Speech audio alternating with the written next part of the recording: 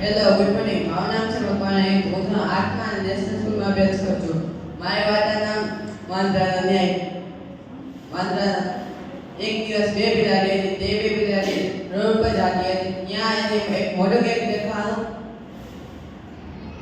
દેખાણો અને એક બિલાડી લઈ લે છે. તો બીજી બિલાડી કહે, એના હાથમાંથી લઈને કહે છે કે આ કેક મારો છે. તો પહેલી બિલાડી કહે, તારી પહેલા તો મેં લીધું હતું.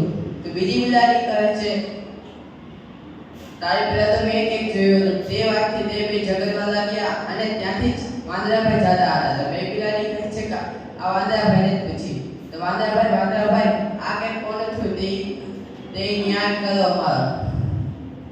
વાંદરાભાઈ કહી કે લાવો એક એક હું તમને બેને એક એક ભાગ કરી બેને એક એક દઈ દઉં.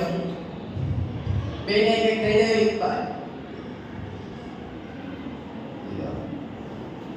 ભાગ દઈ દઉં.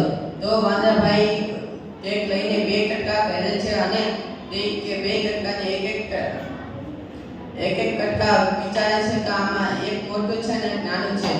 તો વાંદરાભાઈ વાળા બેને ખાય છે પણ તોય સરખા થતા નથી.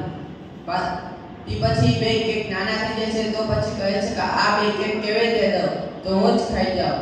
તે વાતથી એ શીખ મળે છે કે કોઈની ઝઘડવું જોઈએ નહીં.